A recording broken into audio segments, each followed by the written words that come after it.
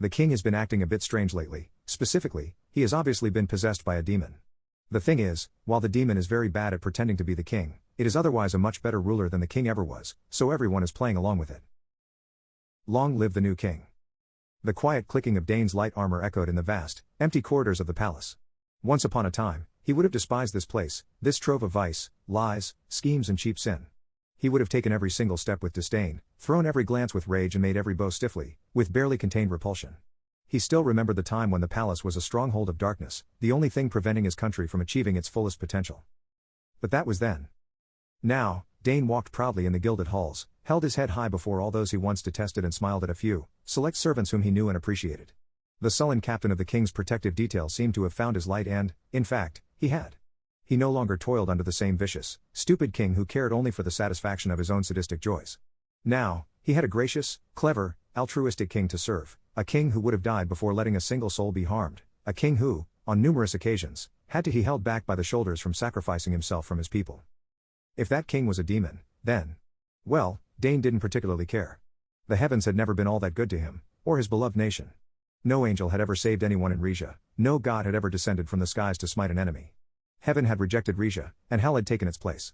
So what, if a devil sat the throne? What mattered was that the people of Regia forever had full bellies, warm homes and fair work, that the children were free to be children in a land without war, without strife, without poverty. That no one grew up like Dane. Such thoughts were on Dane's mind as he made his way to relieve one of his subordinates from the duty of guarding the king as he slept. Since the old king had been recreated, as Dane liked to put it in his head, only one guard was ever accompanying the king, because no one would ever dare to kill him, not with the threat of an entire nation's righteous rage. Other monarchs could be assassinated, because there was only performative love for them, at most. The king of Regia, however, was adored. Were he to die, every single person who could carry a weapon would pick one up and stab, burn or bludgeon his killer to death. During the day, the only one who guarded the king was Dane. In the night, the men of the king's detail took shifts.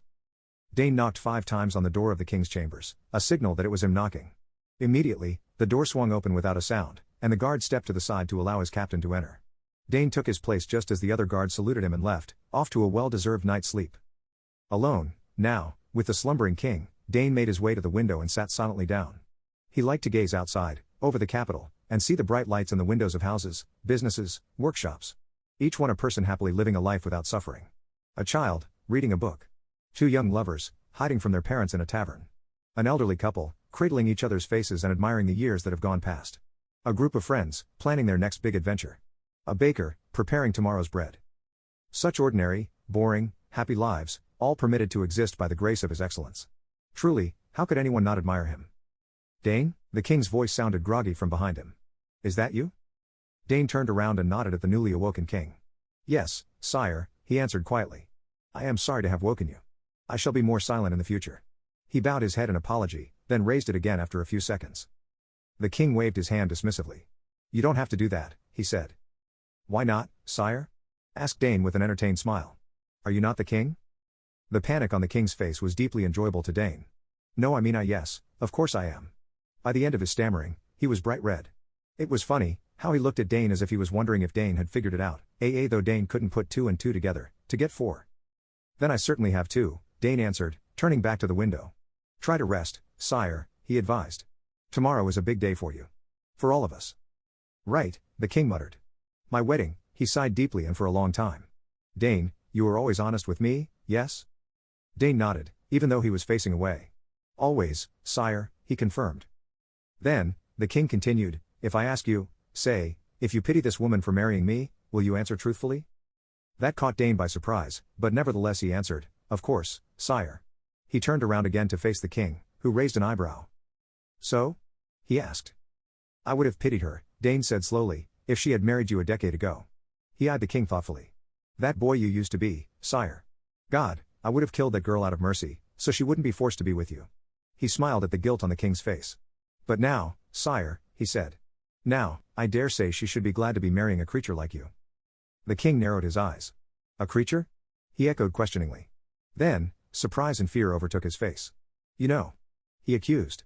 You know I'm not. Dane cut him off. I know nothing, sire, he told the king meaningfully. I know only that you rule well. That is the only thing that matters to me.